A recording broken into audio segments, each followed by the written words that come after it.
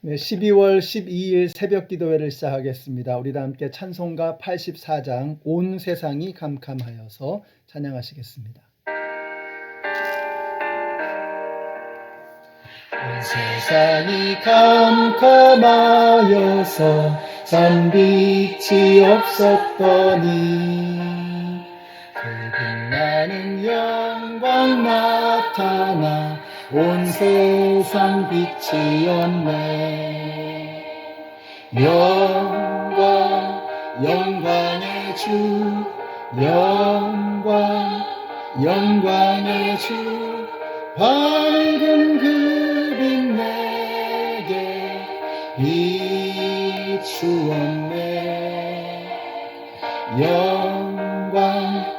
영광의 주,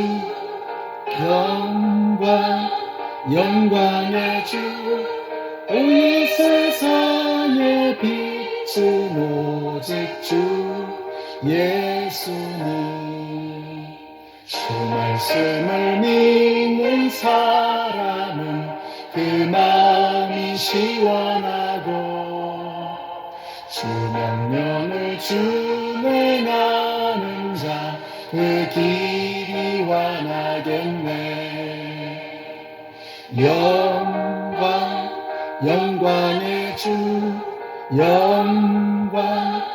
영광의 주, 밝은 그 빛 내게 비추었네. 영광의 주, 영광의 주, 이 세상의 빛은 오직 주 예수님. 가운데 사는 사람은 그 눈이 어두워도 그 죄악을 씻는 날에는 그 눈이 밝아지네. 영광의 주, 영광의 주, 밝은 그 빛 내게 비추었네. 영광의 주,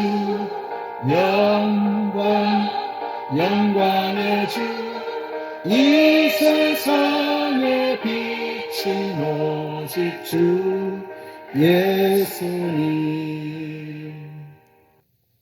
아멘. 오늘 우리에게 주시는 하나님의 말씀은 시편 63편의 말씀입니다. 그 중에서 1절과 2절의 말씀을 읽겠습니다.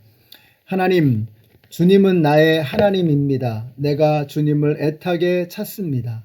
물기 없는 땅, 메마르고 황폐한 땅에서 내 영혼이 주님을 찾아 목이 마르고 이 몸도 주님을 애타게 그리워합니다. 내가 성소에서 주님을 뵙고 주님의 권능과 주님의 영광을 봅니다. 아멘.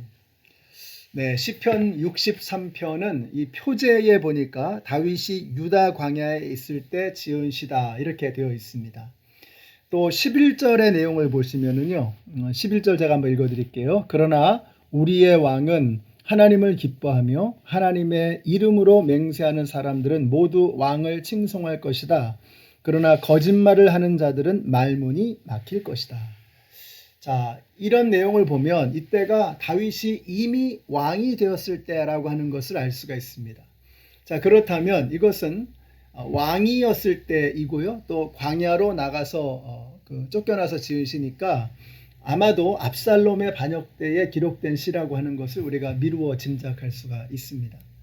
자, 1절부터 보면은 이렇게 이야기를 해요. 정말 다윗이 메마른 광야에 있다는 것을 실감할 수가 있습니다. 다시 한번 읽어볼게요.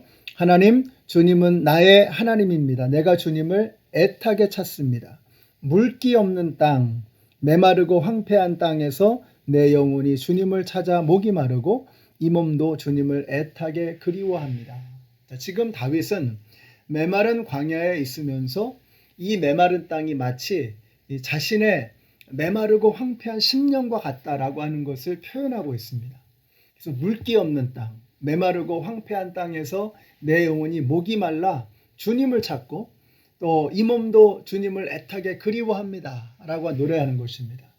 메마른 땅을 보면서 다윗은 자신의 영혼을 돌아보는 것입니다. 이것이 바로 다윗에게 있어서 특별한 영적인 감수성이었습니다.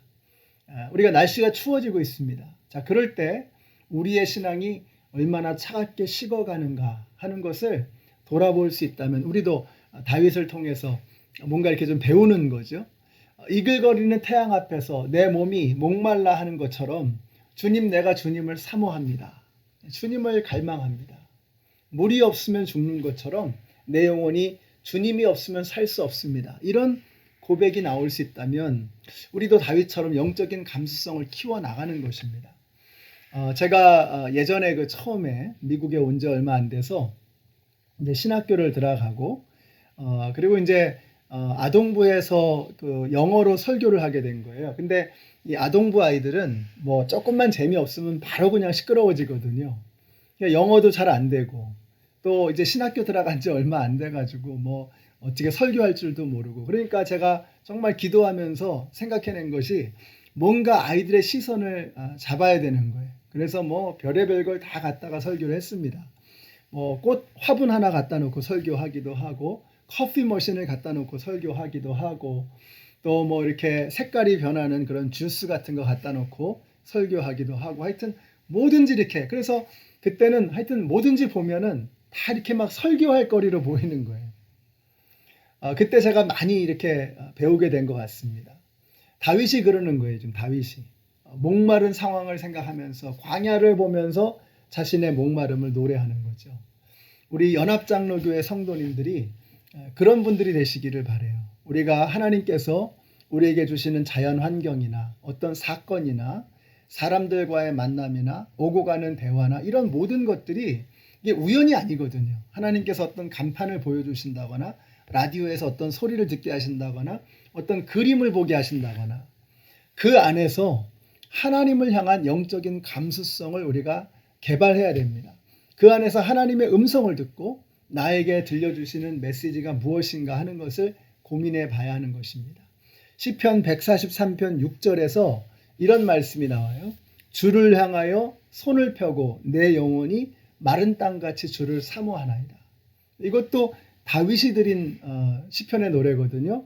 특별히 위험에 처해 있을 때 부른 노래입니다. 그때 주님을 향해서 손을 펴는 거예요. 어쩌면 바로 이 상황에서 다윗은 높게 넓게 손을 펼친 나무를 보면서 이런 찬양을 불렀을지도 모르겠어요. 자, 그걸 보면서 내 영혼이 정말 주님을 향해서 손을 펼칩니다 라고 노래를 하는 것입니다. 오늘 우리 성도님들이 여러분의 눈으로 보고 귀로 듣고 몸으로 느끼는 그 모든 것들을 통해서 하나님의 음성을 들을 수 있는 영적인 감수성이 여러분에게 생겨나게 되시기를 바라요. 1절이 메마른 땅에서 주님을 만나는 것이라면 2절은 성소에서 주님을 만난다고 했어요. 내가 성소에서 주님을 뵙고 주님의 권능과 주님의 영광을 봅니다.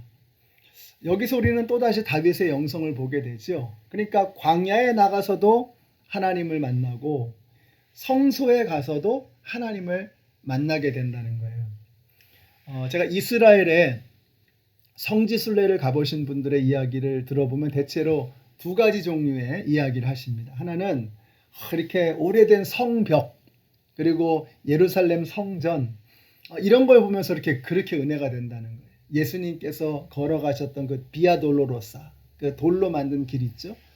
그 길을 보면서 정말 그렇게 은혜가 된다는 거예요.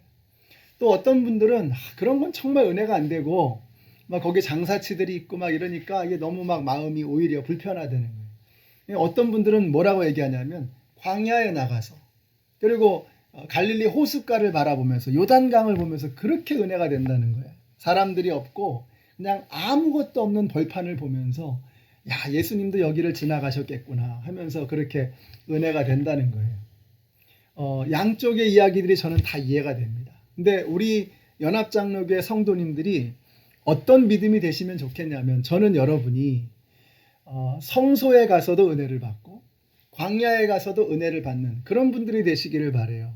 오늘 다윗이 바로 그 이야기를 하는 거 아닙니까? 63편 1절에서 다윗은 광야에서 하나님을 만나는 거예요.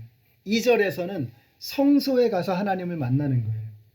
그러고 보면 장소가 중요한 게 아닙니다. 어느 곳에서든 우리는 하나님을 만날 수 있어요. 왜냐하면 그곳에 하나님이 계시기 때문에. 우리 연합장로교회 성도님들이 그 어느 곳에서도 하나님을 만날 수 있는 그런 분들이 되시기를 바라요. 여러분의 직장에서도 오늘 여러분이 하나님을 만나게 되시기를 바랍니다. 여러분이 집에서 일하고 계신다면 집에서도 하나님을 만나게 되시기를 바라요. 여러분이 시간이 돼서 산책을 나가시는데 하늘을 바라보면서 나무들을 보면서 또 이게 풀밭을 바라보면서 그 안에서도 하나님을 만나는 여러분들이 되시기를 바라요. 누군가와 전화 통화를 하다가 주님의 음성을 들을 수 있는 여러분이 되시기를 바랍니다. 그러니까 중요한 것은 장소가 아니라는 거죠. 요즘에 우리가 영상으로 예배를 드리잖아요. 영상으로 성경 공부를 하고 또 영상으로 목장 모임도 하고 그럽니다. 저는 이게 정말 혹독한 훈련이라는 생각이 들어요. 이게 여러분 이게 정상이 아니잖아요. 그리고 이게 뭔가 아쉽잖아요. 영상으로 예배하고 영상으로 성경 공부하고 영상으로 목장 모임하고 많이 부족하다는 생각이 들어요. 어색합니다. 여전히 불편합니다. 여전히 아쉽습니다. 근데 여러분 우리가 정말 그 안에서도 하나님을 만날 수 있는 간절함이 있어야 된다는 거예요. 자, 이거 이제 언젠가는 지나갈 거 아닙니까? 우리가 이렇게 혹독한 훈련을 거쳐서 이제 코로나를 다 지나가고 다시 만나게 되고 다시 목장에 모이고 다시 서로 손잡고 부둥켜 안고 은혜를 나누고 하는 그때가 될 때 여러분 지금 우리가 지나온 이 훈련들을 통해서 우리의 믿음은 한 단계 더 성장할 수 있다라고 확신이 드는 거예요. 우리 연합장로교회 성도님들이 이 코로나라고 하는 이 특별한 시간 이거 정말 불편하고 정말 빨리 지나갔으면 좋겠습니다. 요즘엔 정말 잠도 잘 오지 않아요. 야, 이게 언제까지 이렇게 계속 될래나. 근데 이제 얼마 남지 않았거든요. 좀만 버티고 견디면 되거든요.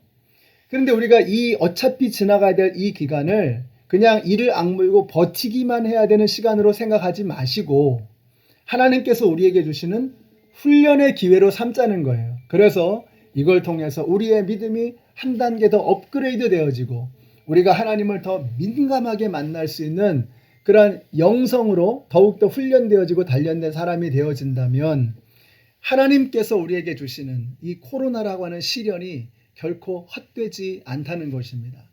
우리 연합장로교회 모든 성도님들이 이 기간을 헛되이 보내지 마시고 광야에서도 하나님을 만나고 성소에서도 하나님을 만났던 다윗처럼 영상을 통해서도 은혜를 받으시고 또 함께 나중에 같이 모여서 예배를 드릴 때도 은혜를 받을 수 있는, 다시 말하면 환경이나 여건에 핑계대지 않고 주님만 바라볼 수 있는 어느 곳에서든 광야에서든 성소에서든 영상을 통해서든 예배당에서든 오직 하나님을 만날 수 있는 그런 은혜가 저와 여러분에게 있게 되시기를 우리 예수님의 이름으로 축원합니다. 기도하겠습니다. 하나님 감사합니다. 오늘 다윗의 이야기를 통해서 광야에서도 하나님을 만나고 성소에서도 하나님을 만나는 전천후 믿음 생활하는 다윗을 보았습니다. 하나님 저희들도 다윗과 같은 믿음을 닮아서 영상을 통해서든 현장에서든 어떠한 상황에서든 코로나에서든 아니면 이전과 같은 상황 속에서든 변함없이 여전히 하나님을 만날 수 있는 전천후 믿음을 갖는 저희들 되게 하여 주시옵소서. 예수님의 이름으로 기도드렸습니다. 아멘.